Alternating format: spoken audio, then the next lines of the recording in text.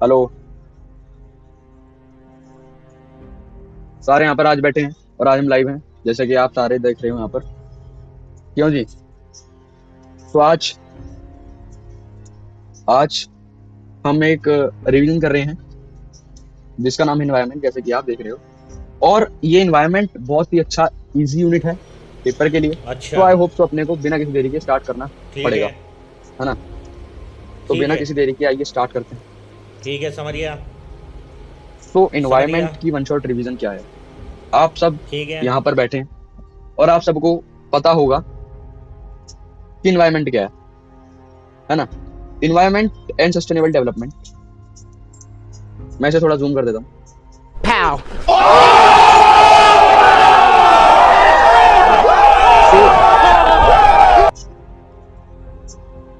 तो जो इन्वायरमेंट है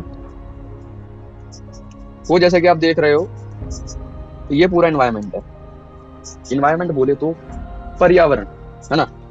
इन्वायरमेंट बोले तो यस, पर्यावरण। पर्यावरण क्या होता है?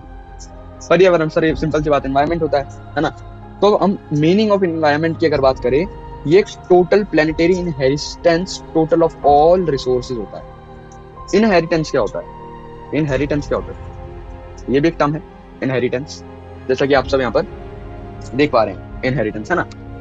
इनहेरिटेंस बोले तो जितनी प्लेनेटरी है उसकी टोटलिटी, उसे इनहेरिटेंस बोलते हैं। तो ये अपने को रखना पड़ेगा, एनवायरमेंट क्या है? एनवायरमेंट टोटल प्लेनेटरी इनहेरिटेंस है, totality of all resources, totality of all resources. तो इसके अंदर क्या क्या चीजें इंक्लूड होती हैं? बेसिकली अगर मैं आपको बात बताऊं यहाँ पर, इसके अंदर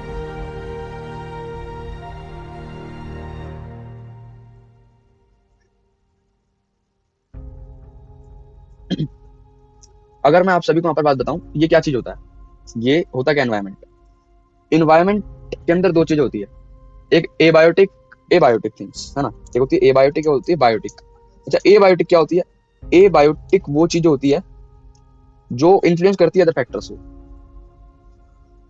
बायोटिक और एबायोटिक फैक्टर्स वो फैक्टर्स होते हैं जो इन्फ्लुएंस करते हैं अदर फैक्टर्स को।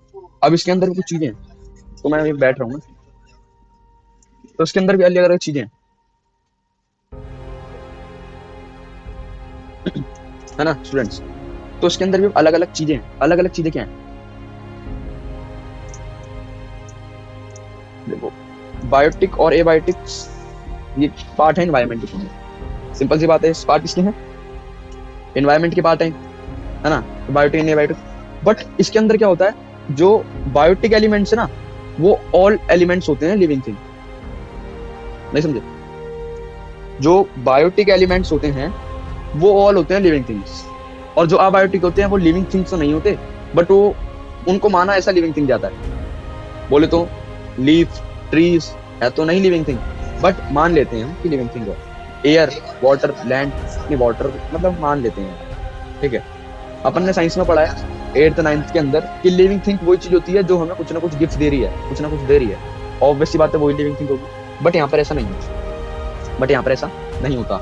इसके अंदर अगर मैं बात करूं, एक इंडियन इको है। इंडियन इको के अंदर बेसिकली ये सब चीजें ना कॉमन है, कॉमन है। तो एनीवे, अपने को इतना डिटेल में नहीं पढ़ना ना, अपन का रिवीजन चल रही है, तो ऑब्वियस सी बात है ये हम कवर कर लेंगे। बायोटिक एलिमेंट्स वो एलिमेंट्स होते हैं living thing elements, like birds, animal, plants, forest, fishes, ठीक है? एबायोटिक होते हैं नॉन लिविंग थिंग, ये अपने को पता होना चाहिए, ठीक है? बस।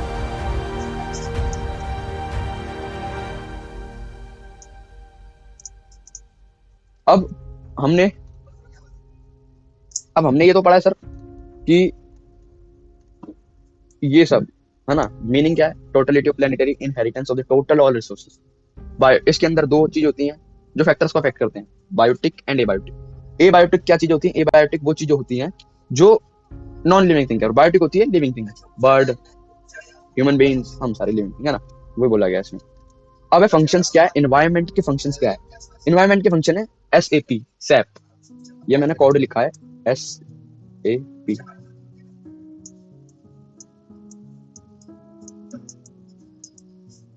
ये कोड अपन याद करेंगे सैप। ये जो कोड है ये हम याद करेंगे। सस्टेन्स ऑफ लाइफ पहला है, एस से बोले तो sustenance of life. Sustenance of life क्या? एनवायरनमेंट के अंदर इंक्लूड होता है basically necessaries life, sun, soil, water, air, without water human beings animals can not be exist. Sustenance life बोले तो जो जो चीजें हमें जिंदा रहने के लिए चाहिए, सन चाहिए, सॉइल चाहिए हमें उगाने के लिए अपनी फसल क्रॉप्स, वाटर चाहिए भाई पीने के लिए, एयर चाहिए। अब विदाउट, इसके अंदर क्या, without these things human beings can not exist in the life. तो आप ये लिख सकते हैं। दूसरा होता है एसिमिलेट्स वेस्ट, मतलब कि जो इन्वायरमेंट है, ये एक फंक्शन है इन्वायरमेंट की, ये बात ध्यान दे रहे हैं, फंक्शन है तो भूल मत जाना, इसका कोड है सैप, ठीक है, सैप। तो 1 घंटे के अंदर हम सब कुछ करो, ये पूरा चैप्टर हमारा खत्म हो जाएगा 1 घंटे के अंदर, अगर आप बिल्कुल ध्यान से सुनोगे। कॉपी, अब ये कॉपी आप पेन बंद कर लो, बस आप पीछे देखो, ठीक है, कॉपी पेन बंद करो, पीछे देखो जो जो लिखा हुआ है पीछे बस, और रिवीजन करो। तो पहले हमने पढ़ा सस्टेन लाइफ। अब एनवायरमेंट के अंदर कुछ बेसिक नीड्स हैं जो अपने को चाहिए। क्या क्या चाहिए? सन, सॉइल, वाटर, सन, सॉइल, वाटर, और क्या चाहिए? सन, सॉइल, वाटर, और क्या चाहिए भाई? सन, सॉइल, वाटर, एयर, ये सब चीजें चाहिए। एसिमिलेट वेस्ट होता है, एक ऐसा प्रोसेस होता है जिसके अंदर जो प्रोडक्शन है जनरेट तो होती है बट बहुत सारा वेस्ट लग जाता है, lot of a waste, mostly the from of garbage waste actually to environment. ये क्या चीज है सर? अब एसिमिलेट वेस्ट मतलब होता है हम प्रोडक्शन ज्यादा कर रहे हैं, हम हर एक काम कर रहे हैं ज्यादा, बट उसके अंदर जो वेस्ट निकल रहा है ना वो एनवायरमेंट के लिए बेकार है, वो एनवायरमेंट ना एब्जॉर्ब कर लेता है, जिससे कि रिसोर्स तो कम हो जाते हैं, रिसोर्स कम हो जाता है और हमारा एनवायरमेंट है ना इको फ्रेंडली नहीं रह पाता, ये वेस्टेज एनवायरमेंट हो जाता है। ठीक है, आप इसका एग्जांपल लिख सकते हैं एयर पॉल्यूशन, वाटर पॉल्यूशन, है ना, ये सब इसका एग्जांपल लिख सकते हैं एसिमिलेट वेस्ट का। तो sustain life, assimilate waste. P बोले तो प्रोवाइड रिसोर्सेज ऑफ प्रोडक्शन, ये भी एक फंक्शन है एनवायरमेंट का, प्रोवाइड रिसोर्सेज ऑफ फंक्शंस। अब प्रोवाइड रिसोर्स ऑफ फंक्शन क्या कहता है? एनवायरमेंट प्रोवाइड करता है रिन्यूएबल और देखो renewable and non renewable resources for the production, continue supply of these resources remain available. अब अपन ने ऊपर चलते हैं थोड़ा, हमने ये पीछे पढ़ा है,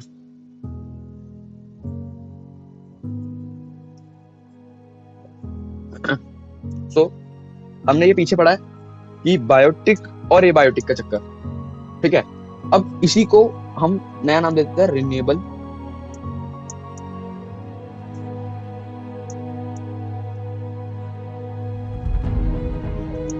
नॉन रिन्यूएबल। ये कहानी है, ये कहानी है बस। तो बस अपने को इतना पढ़ना है, प्रोवाइड रिसोर्सेज फॉर प्रोडक्शन, या मैं रिसोर्सेज प्रोवाइड करता है, renewable resources, non renewable resources, यहाँ इसकी जगह आप वो भी लिख सकते हो बायोटिक और एबायोटिक, ठीक है, बायोटिक और एबायोटिक भी आप यहाँ पर लिख सकते हो। फिर हम बात करते हैं प्रोवाइड्स ऑफ एस्थेटिक सर्विसेज। जो एनवायरनमेंट है अपने को एस्थेटिक सर्विस भी प्रोवाइड करता है, जैसे land, forest, river, oceans, mountains, desert, और जो पीपल्स है ना वो एंजॉय करते हैं, ब्यूटीफुल लाइफ जीते हैं। अब इसका लॉजिक क्या है? Improve the quality of human life, जिससे कि उनकी जो क्वालिटी लाइफ है इंप्रूव हो जाती है। अपन ने चार फंक्शंस पढ़े, पहला है एस, दूसरा है ए, तीसरा है टी, चौथा है बी। एस बोले तो सर्टेन्स लाइफ या सस्टेन लाइफ, दूसरा है ए एस्टिमेटेड वेस्ट, तीसरा है P productions of provide resources, दूसरा है provide aesthetic service. Aesthetic services के अंदर लैंड, वाटर, डेजर्ट, ये सब आ जाते हैं, ठीक है, ये अपन ने पढ़ लिया। अब अपन को एक क्वेश्चन मिलता है, ठीक है, अब आप ये क्वेश्चन सॉल्व करोगे हमारे साथ। तो कह रहा what happen rate of resources extension exceed needs for their regeneration, या फिर what do you mean environment crisis. अब एनवायरमेंट क्राइसिस क्या होता है?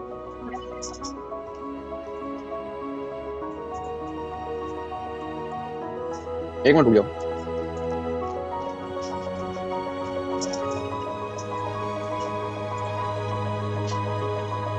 तो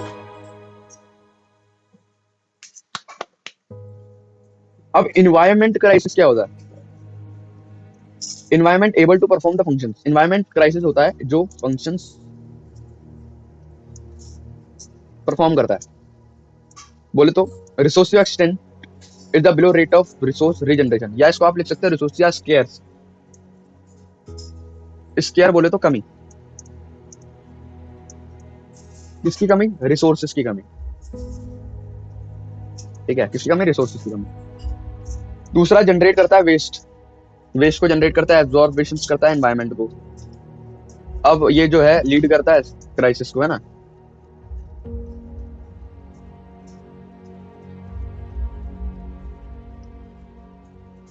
दूसरी चीज है explain the supply and demand resolves environment resources.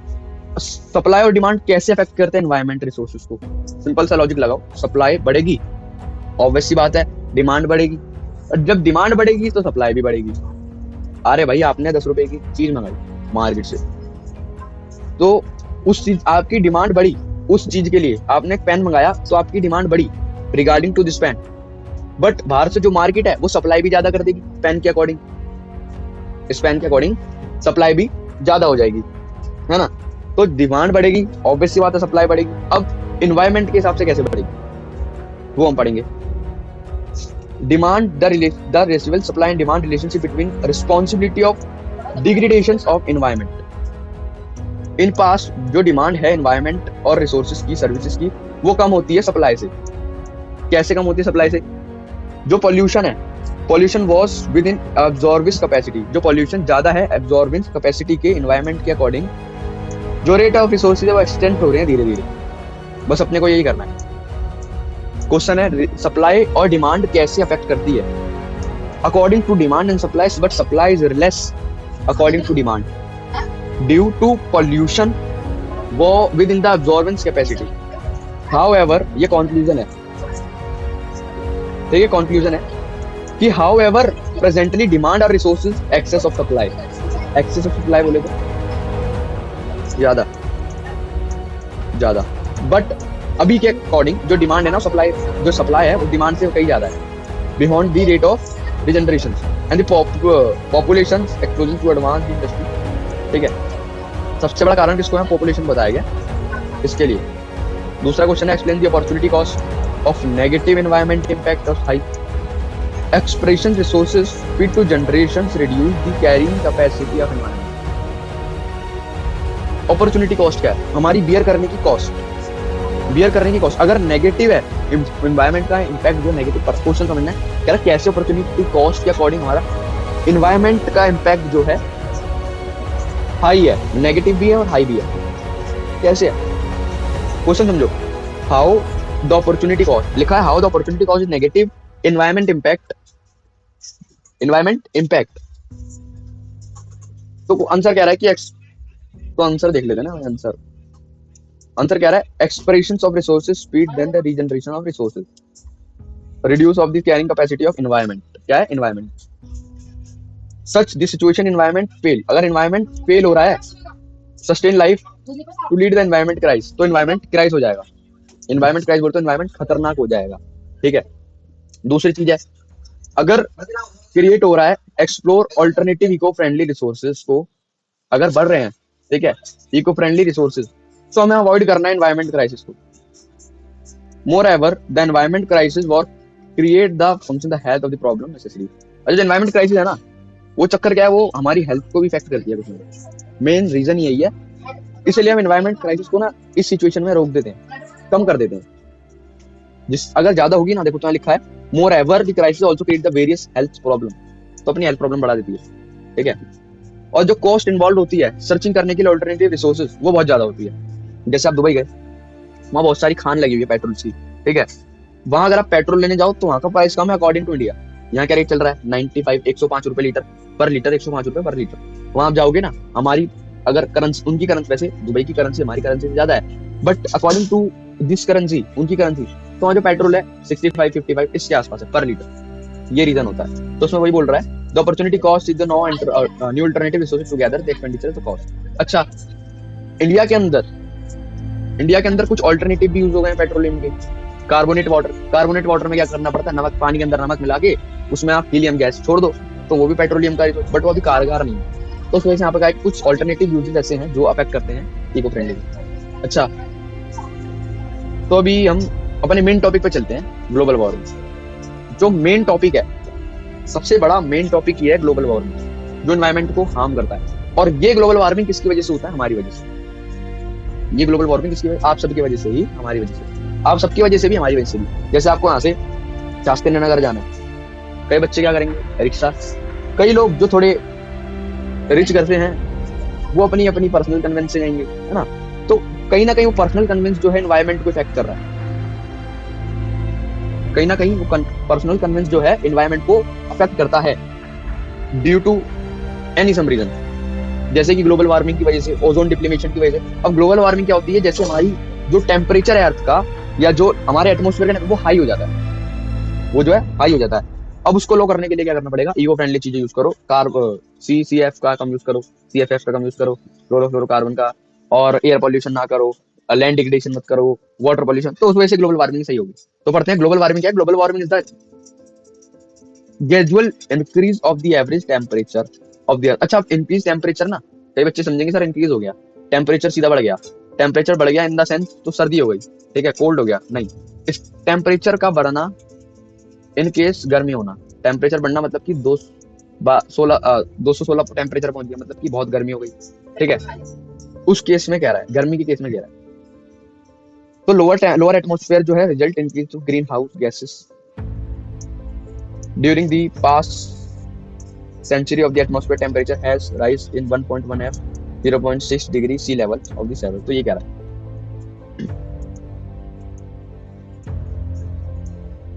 तो अब कॉज क्या है, मेन चीज है सर, कारण क्या है ग्लोबल वार्मिंग होने का। मैंने आपको पहले बताया, हम सबसे बड़ा कारण है पॉपुलेशन। कहीं भी देखो, एक पॉपुलेशन जो वर्ड है वो आप हर जगह फिट कर सकते हो, आप हर जगह फिट कर सकते हो पॉपुलेशन वर्ड, क्योंकि पॉपुलेशन वर्ड हर जगह एप्लीकेबल है। जैसे हम BC के अंदर पढ़ते हैं, बिजनेस कमर्शियल नॉलेज, या BST के अंदर पढ़ते हैं, उसके अंदर एक वर्ड है फेमस, लाइबिलिटी, है ना, और कंटिन्यू प्रोसेस, ये दोनों वर्ड हर जगह अप्लाई हो जाते हैं। वैसी पॉपुलेशन जो है हर जगह अप्लाई हो जाती है। पॉपुलेशन बढ़ना भी बेकार है, घटना भी बेकार है, पॉपुलेशन सेम रहना भी बेकार है। तो सर ऐसी लाइबिलिटी है, लाइबिलिटी ज्यादा होना बेकार है, कम होना बेकार है, कंटिन्यू प्रोसेस तो ठीक है, एक कंटिन्यू प्रोसेस, ठीक है। ऐसे ही कॉज क्या है ग्लोबल वार्मिंग, सबसे बड़ा कॉज पॉपुलेशन, सबसे बड़ा कॉज जो है population.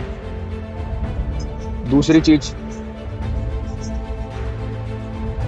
Burning of coal of petroleum. दूसरी चीज कैटल प्रोडक्शन। कैटल बोले तो जो एनिमल्स ग्रास व्रास खाते हैं, ग्रास ईटिंग करते हैं, या जो एनिमल्स हैं वो जो हार खाते हैं ग्रास वगैरह, जो क्रॉप वगैरह, तो उससे भी कई इफेक्ट पड़ता है। रेज ऑफ फॉसिल फ्यूल का बढ़ना, उससे भी इफेक्ट पड़ता है। डिफॉरेस्टेशन तो मेन रीजन ही ग्लोबल वार्मिंग का, पेड़ पौधे ही नहीं रहेंगे तो कहाँ से हमारे टेम्परेचर को अफेक्ट करेगा ना। तो अब इसका हमने कोड बनाया है बर्ड। अच्छा, हमने अभी ऊपर हमने पढ़ा कि इन्वायरमेंट के फंक्शंस, इधर आ जाते हैं, हमने अभी पढ़ा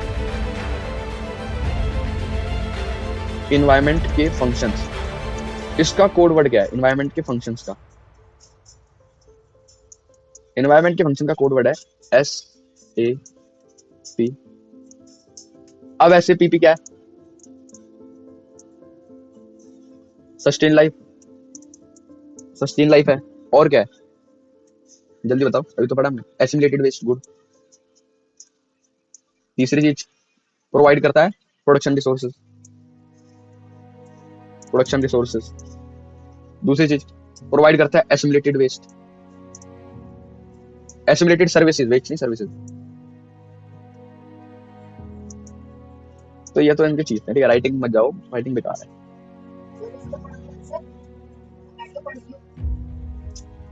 तो बर्निंग ऑफ कॉइल जो है बर्ड, ये तो हमने अभी फंक्शन पढ़ा पीछे एनवायरनमेंट की। अब इसका जो कॉजेज ऑफ ग्लोबल वार्मिंग के जो अपना कोड वर्ड है वो है बर्ड, BIRD। बी बोले तो burning of coal petroleum product, ठीक है। Carbon dioxide methane gas release होती है, इससे हमारे ओजोन को इफेक्ट पड़ता है, टेम्परेचर भी हाई होता है। दूसरी चीज है आई बोले तो increase cattle far production, cattle production को इंक्रीज करना पड़ता है, which contribute to deforestation and methane production. जैसे घास, जैसे गाय है, गाय घास खा रही है तो उससे डिफॉर्मेशन हो रहा है, डिफॉरेस्टेशन हो रहा है। उससे क्या हो रहा है, उससे पेड़ पौधे कम हो रहे हैं, ऑक्सीजन नहीं बन रही तो सर टेम्परेचर गर्मी का हो रहा है। जैसे अभी आपने देखा कि अभी कुछ जून जुलाई के मौसम के अंदर भी गर्मी थी और सितंबर अक्टूबर के मौसम में भी गर्मी है, तो ये ग्लोबल वार्मिंग की वजह से। तीसरा चीज जो है आर मतलब है राइस हो जाता है फॉसिल फ्यूल बोले तो पेट्रोल वगैरह, कोयल वगैरह, इन सब का जो प्रोडक्शन है राइज हो जाता है, ज्यादा हो जाता है। भले ये कम चीज है बट इनका प्रोडक्शन ज्यादा हो जाता है। तीसरी चीज है डिफॉरेस्टेशन, पेड़ पौधे नहीं रहेंगे तो अपना टेम्परेचर ज्यादा हो जाएगा, है ना। एनिमल भी जैसे घास खा रहे हैं। अब यहाँ कुछ इंपॉर्टेंट चीज है, ये पढ़ना जरूरी बनता है। एटमॉस्फेयर जो है certain carbon dioxide and methane, जिसको हम CH4 कहते हैं, 10th में हमने पढ़ा है CH4 मीथेन, ये इंक्रीज है 41% से 160% रिस्पेक्टिवली अबव दी पर इंडिविजुअल लेवल ऑफ द 1970 ये याद कर लो 70 रेट। क्वेश्चन आ सकता है फिल इन द ब्लैंक में, एक आधे नंबर में आ सकता है कि सर 1750 के अंदर कितने परसेंट से हमारी जो है कार्बन डाइऑक्साइड मीथेन इंक्रीज हो गई थी, तो इसका आंसर सही है 41 to 160%। कितना लिख देते हैं, क्वेश्चन आ सकता है 19 तो 70-50 के अंदर से 41% एंड 160% से इंक्रीज हो गई थी क्या चीज, मीथेन, जिसको हम CH4 बोलते हैं, और CO2 कार्बन डाइऑक्साइड। ये चीज कब हो गई थी, ये डेट मेन है, ये आप पीछे दिख रहा है सबको, साइड हो जाओ थोड़ा, अब दिख रहा है, पीछे दिख रहा है, ओके दिख रहा है पीछे। तो ये चीज है, रिकॉल कर लेते हैं एक बार। SAPP क्या है, SAPP क्या है जी, ये है एनवायरनमेंट के फंक्शंस। S बोले तो सस्टेन लाइफ, A बोले तो एस्टिमेट वेस्ट, P बोले तो प्रोडक्शन रिसोर्सेज प्रोवाइड करता है ना, और जो P बोले तो लास्ट वाला यस प्रोवाइड एस्टिमेटेड सर्विसेज, जिसके अंदर लैंड फॉरेस्ट वगैरह सब आ जाते हैं।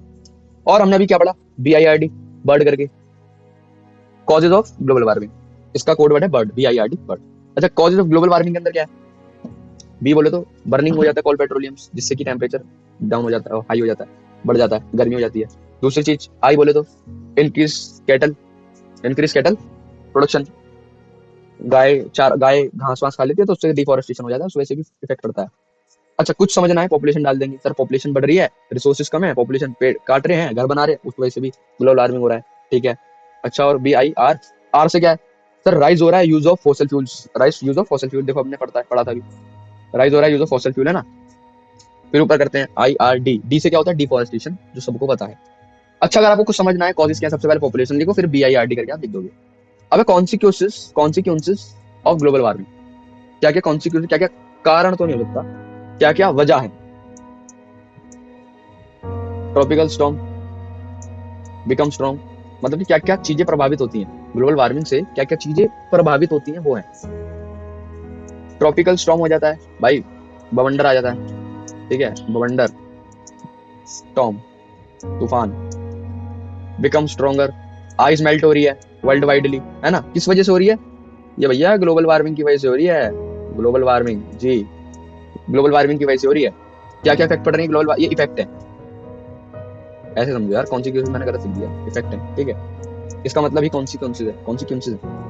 क्या क्या इफेक्ट पड़ रहे हैं जी, सर अर्थ का टेम्परेचर बढ़ रहा है, दूसरी चीज ट्रॉपिकल स्टॉर्म आने की संभावना हो रही है, आइस मेल्ट हो रही है, ठीक है, सी लेवल जो है वो बढ़ता जा रहा है, increase incidence tropical decrease like malaria, chloro, dengue, chikungunya, ये सारी प्रॉब्लम हो रही है। ऑब्वियसली बात है, जब पानी मेल्ट होगा, बर्फ मेल्ट होगी, तो डेंगू ये सारे हो जाते हैं, ठीक है।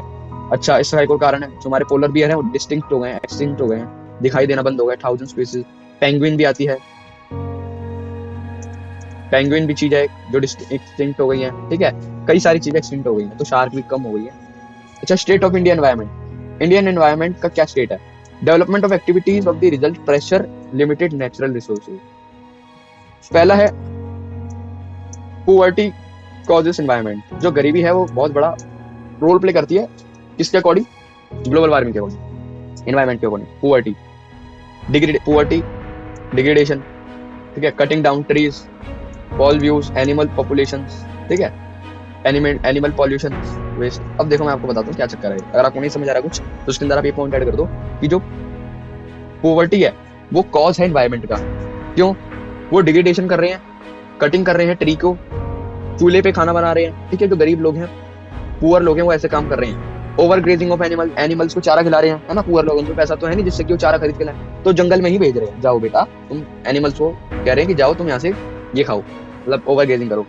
उसके बाद वाटर का ज्यादा यूज हो रहा है, वाटर को भी वेस्ट कर रहे हैं भाई, जैसे आप वो अपना एरिया देख रहे हो आप, गंगा जमुना जी जो है कैसे वेस्ट, गंदी हो पड़ी है, वही लोग नहा रहे हैं, वही उसमें खाना बन रहा है, वही पानी यूज हो रहा है, वही गंद फैलाया जा रहा है। तो वही application of living standard of causes environment degradation because the wealth of the demand goods and services increase the production such as demand as a result of the increase the rise of population of the vehicles. अच्छा vehicles भी affect करते हैं कुछ environment को ना affect कुछ vehicles भी करते हैं vehicles भी. अब आप यहाँ से शास्त्री नगर जा रहे हो, आपका ग्रुप आ रहा है शास्त्री नगर पढ़ने के लिए. अब ट्यूशन के बाहर एक तो आवारागर्दी करते हो, गाड़ियां घुमाओगे, ठीक है. अब तुम गाड़ी घुमा रहे हो, उससे भी इफेक्ट हो रहा है पॉपुलेशन को, एनवायरमेंट को, पोल्यूशन को, एनवायरमेंट को इफेक्ट हो रहा है, पोल्यूशन बढ़ रहा है, ठीक है. पेट्रोल जल रहा है तो क्या हो रहा है, ग्लोबल वार्मिंग हो रही है. अच्छा, और व्हीकल का यूज कर रहे हो तुम यार. अरे भाई तुम्हें ट्यूशन जाना है तो खट्टा है, रिक्शा पकड़ो, बैटरी बैठ के जाओ, इको फ्रेंडली है भाई. थर्मल पावर का यूज करो. लाइट वाइट क्यों जला रहे हो भाई, इससे भी बिजली का फर्क पड़ता है. सर ऐसे तो आप कह रहे हो हर एक चीज से पॉल्यूशन हो रहा है. तो भाई पॉल्यूशन तो देखो कभी जा ही नहीं सकता. पॉल्यूशन जहाँ पॉपुलेशन है, जहाँ रिसोर्सेज स्कार्सिटी है, रिसोर्सेज की कमी है, और जब पॉपुलेशन जाता है भाई वहाँ कभी पॉपुलेशन हट ही नहीं सकता. हाँ, कुछ इफेक्ट्स हमें यूज करने पड़ते हैं कम करने के लिए, तो वही रीजन है. अब effects of economic development, blame. ये हमने कोड वर्ड बनाया है. क्या कोड वर्ड है? BLAME, blame. लो दिख रहा है पीछे, ठीक है. क्या कोड वर्ड है? ब्लेम. अबे ब्लेम कोड वर्ड क्या है? ब्लेम कोड वर्ड क्या है? बी बोले तो यह है इफेक्ट्स इकोनॉमिक डेवलपमेंट. ये कुछ ऐसे इफेक्ट्स हैं जो इकोनॉमिक डेवलपमेंट को नुकसान तो नहीं देते, बट ये हमें पढ़ने हैं. इफेक्ट्स है कुछ कुछ लॉस, कारण बोल लो आप, एज पर एनसीईआरटी के अंदर गिवन है. अगर आप एनवायरमेंट कर रहे हो तो ये चीज आप कहीं भूल नहीं सकते. तो ये चीज है. पहला है बायोडाइवर्सिटी लॉस, दूसरा है लैंड डिग्रेडेशन, तीसरा है एयर पॉल्यूशन जो पॉपुलेशन का बहुत बड़ा कारण है अर्बन सिटीज के अंदर. तीसरा है मैनेजमेंट ऑफ फ्रेश वाटर. भाई फ्रेश वाटर का मैनेज कर रहे हैं, गंदे पानी को फेंके जा रहे हैं और वापस से फिर बोरिंग का यूज कर रहे हैं. बोरिंग बोले तो समरसीवर जो होती है. अच्छा, उसके पीछे कई लॉज एक्ट भी हैं जो कि एज पर कंपनीज एक्ट या एज पर क्लेट के एग्जाम के अंदर पूछा जाता है कि मतलब पूछा गया जाता है कि जो समर सीविंग होती है उसका कितना परसेंट जो है लॉस हमारी अर्थ को, ऐसे कुछ क्वेश्चन है. तो आपको भी जानने की जरूरत नहीं है. तो उससे भी कुछ कानून को भी इफेक्ट पड़ता है. ओवर आप बोरिंग करोगे, समर सीविंग यूज करोगे, क्योंकि उससे हमारा जो पानी का लेवल है कम हो रहा है, तो उस वजह से यूज हो रहा है मैनेजमेंट ऑफ फ्रेश वाटर. फिर है effect of solid waste management. Effect of solid waste management, इसके अंदर आप प्लास्टिक का यूज कर सकते हो. प्लास्टिक का कितना सारा यूज है जो कि सॉलिड है और उससे हमारी एनवायरमेंट को भी हार्म हो रहा है ना. अब हम डिटेल में पढ़ेंगे. बायोडाइवर्सिटी लॉस क्या है? बायोडाइवर्सिटी लॉस है totality of genes, economic system, defined area. ठीक है, रट लो. Totality of genes, species and economic system in the definite area. Human interventions जो है, ह्यूमन ना, देखो एक तो ह्यूमन एक ऐसा चीज है, उन्होंने पॉपुलेशन और जानवर की जिंदगी में भी, एनिमल की लाइफ के अंदर भी कुछ ना कुछ सेक्रीफाइस क्या, कुछ इंटरवेंशन कर रहा है, मतलब टांग अड़ा रहा है हर किसी की लाइफ में. पॉपुलेशन या ह्यूमन बीइंग हर किसी की देखो लाइफ में टांग उड़ा रहा है. देखो हमने जानवर को भी नहीं छोड़ा, इतना एक्सपेरिमेंट करे. हमने भाई हमारी इकोनॉमी को नहीं छोड़ा, जीडीपी को नहीं छोड़ा, इतने प्रोडक्शन करे. चलो हालांकि प्रोडक्शन करना अच्छी बात है जीडीपी के लिए, बट हमने अपने एनवायरमेंट को नहीं छोड़ा, है ना. और हमने अपनी इकोनॉमी को तो छोड़ा ही नहीं. हाँ, उसके अंदर कुछ पार्ट गवर्नमेंट का भी है, उस पर मैं हाथ नहीं उठाना चाहता. तो बायोडाइवर्सिटी लॉस, ह्यूमन का इंटरवेंशन क्या भाई, पॉपुलेशन कर रही है, ओवर पॉपुलेशन है ह्यूमन की, पॉपुलेशन तो कर रही है और ओवर पॉपुलेशन. भाई बच्चे पैदा कर ही जा रहे हैं, भले उनको पढ़ाना लिखाना है बस की नहीं होंगे, कर रहे हैं. अब इसके पीछे मेरा कोई मतलब कि वो चीज नहीं है भाई क्यों कर रहे हो, बट मैं बता रहा हूँ. डिफॉरेस्टेशन क्या है? बायोसिटी लॉस हो रहा है. ठीक है, ये देख लो पिक है, इसे कहते हैं बायोसिटी. अगर आप समझ रहे हो ना इस पिक्चर को देखकर, तो आपका आईक्यू लेवल बहुत स्ट्रॉन्ग है. Loss of biodiversity refers to the human plant animal species worldwide. तो देख लो. तो लैंड डिग्रेडेशन क्या है? वैसे इसके अंदर 5 चीजें हैं, इसके अंदर 5 चीजें हैं, आप कई 4 याद कर लो. ठीक है, बायोडाइवर्सिटी कई बच्चों को याद नहीं रहता, तो इसे छोड़ दो, समझ पढ़ लेना.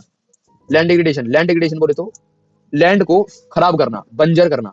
ठीक है, बैरर हो जाना लैंड को. ठीक है, लैंड को बैरर हो जाना. refers to the decline the overall quality of life, the soils, the vegetation, the conductions of these human activities. India land suffering the different types of degradations, mainly because the factors loss of vegetations occurring the defense uncertain the woods in this agro chemicals, fertilizers, pesticides improve the planning and the management of the system. और है excessive goods difficulty of these the factors of the enormous presence of the country land resources। तो मैंने पढ़ा और आपने पढ़ लिया। इसका मतलब क्या है सर? दिख नहीं रहा, साइड हो जाओ। ठीक है जी, हम साइड हो गए। तो यहाँ पर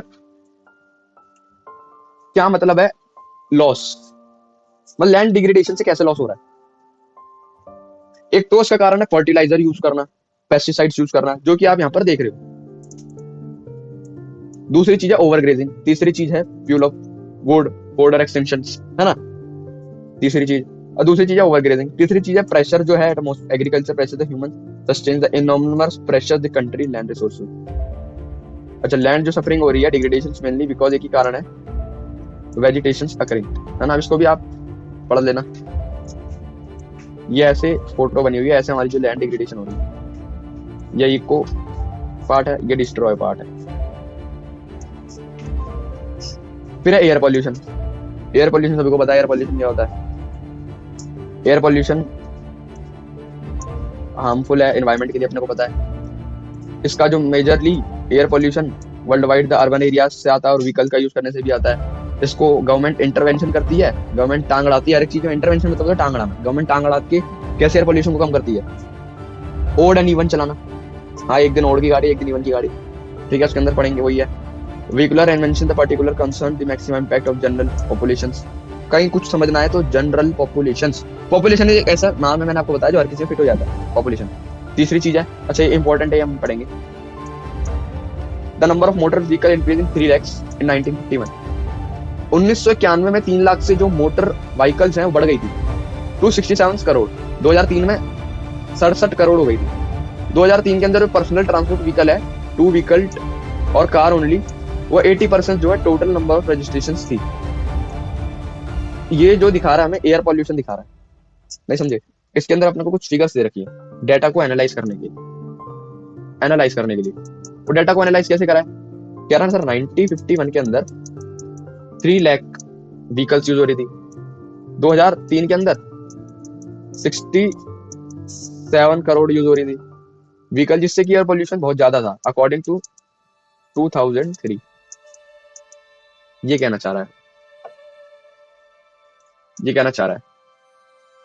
अच्छा, इसका कारण एक हमारी बैंक सिस्टम भी हो सकता है। अगर बैंक हमें लोन प्रोवाइड ना करे ना, तो हम कभी एयर पॉल्यूशन कर ही नहीं सकते। अगर कोई बंदा पर्सनल, जो आप गाड़ी लेने जा रहे हो, आप कैश तो लोगे नहीं, कैश लोगे तो आपकी ITR फाइल हो जाएगी, इनकम टैक्स,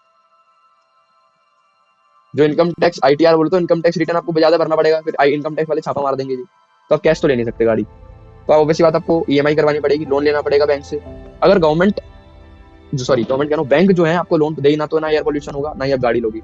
कुछ हद तक जो हमारी गाड़ी की परसेंटेज है वो 2023 के अंदर में भी, मैं बता रहा हूँ, जैसे पॉपुलेशन तो आज तक कभी 2011 से सेंसर कैलकुलेट ही नहीं हुई, पॉपुलेशन कैलकुलेट ही नहीं 2000, वैसे तो हालांकि हर 10 साल बाद होती है।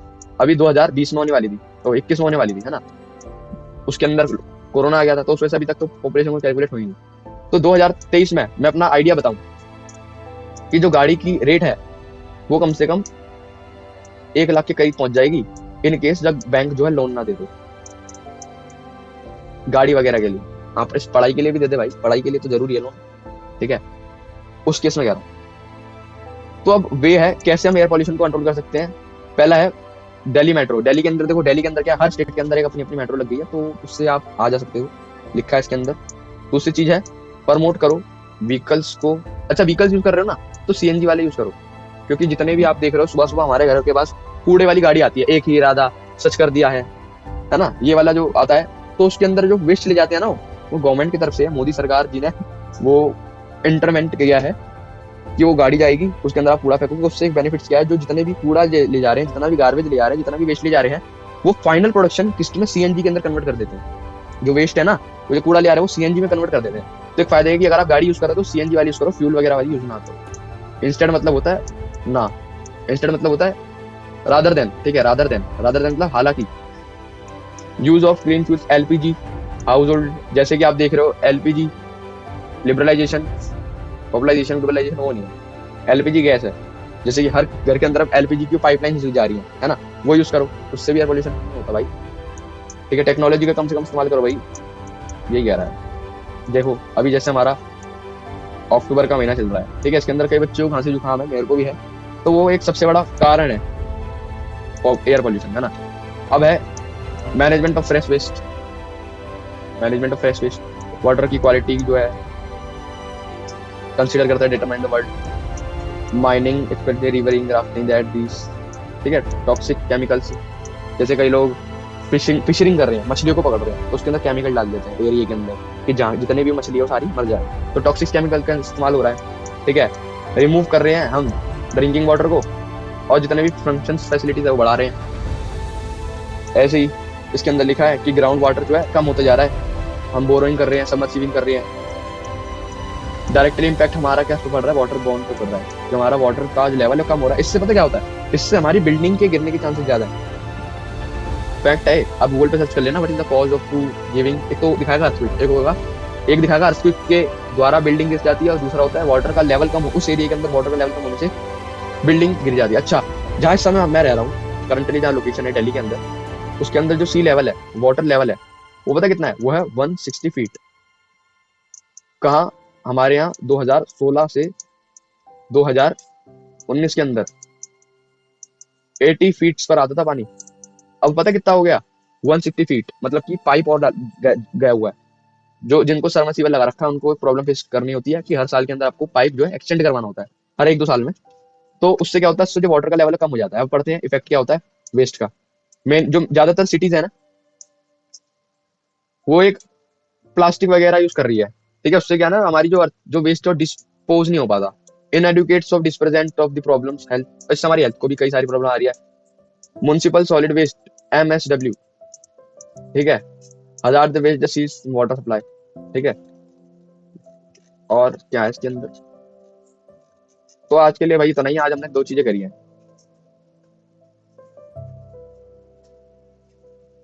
आज हमने यहाँ पर 2 चीजें करी हैं। एक तो हमने करा है SAP सैप, ठीक है, पढ़ लो एक बार।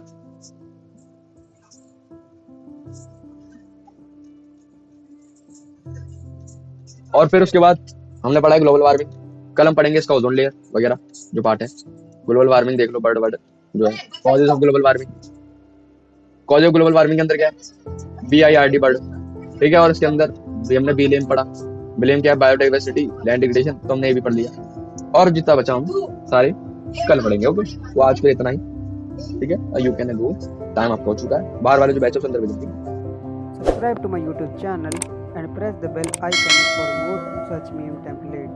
चल चल चल चल चल, गाड़ी स्टार्ट कर।